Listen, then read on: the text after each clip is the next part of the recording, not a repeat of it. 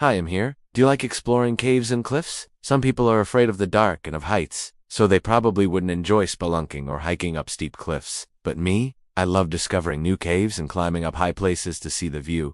Have you ever seen a cave that was completely black inside? There wasn't even any light filtering through from some opening somewhere. The only light was coming from our headlamps. When we shined them on the walls, the beams didn't even penetrate very far before disappearing into total darkness. It felt like we were in the very center of the earth, totally cut off from the outside world. It was scary, but also exciting at the same time. And when we found some really cool formations deep in the cave, it was really neat. This cave was different though. This one had some pretty big rooms, and there were all kinds of formations everywhere. There were stalactites hanging from the ceiling, and stalagmites rising up from the floor. And in some places, the walls were covered with these tiny little crystals that sparkled like a million diamonds. And in the center of the biggest room, there was this huge pillar that had been formed from minerals that had leaked through the ceiling over hundreds and hundreds of years. It was amazing. Now, not all caves are like that. Some of them are completely dry and you can even walk through them without wearing a helmet. But if you want to explore the really cool parts of a cave, you usually have to get your hands dirty. Sometimes you have to squeeze through narrow passages that feel like a giant is squeezing the life out of you, and other times you have to crawl on your hands and knees through the mud. But for me,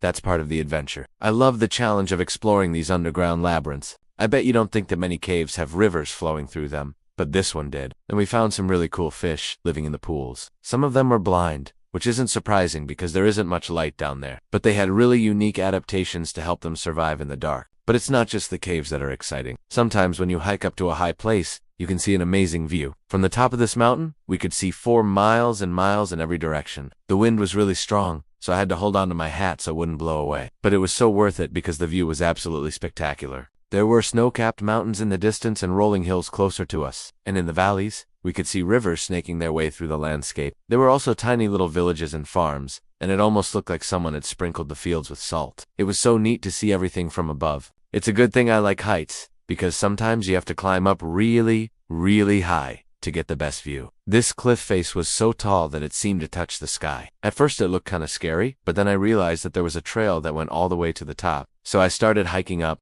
At first the trail was wide and easy to follow, but as I got higher and higher, the path got narrower and narrower. In some places, there was only enough room for one foot in front of the other, and when I looked down, my stomach lurched because the drop seemed endless. But I kept going because I knew that the view would be worth it. And wow, was it ever worth it? From this high up, I could see the entire coastline. In the distance, I could see other cliffs that looked like jagged teeth against the horizon. And below me, the waves were crashing on the beach, which looked like a thin strip of brown against the green. It was so cool to see everything from above. Sometimes when you're exploring a new place, you can discover something new about yourself. Maybe you find a cave that's not as scary as you thought it would be, or a cliff that you never knew was there. Who knows what you might find? All you have to do is go exploring. Thanks for watching.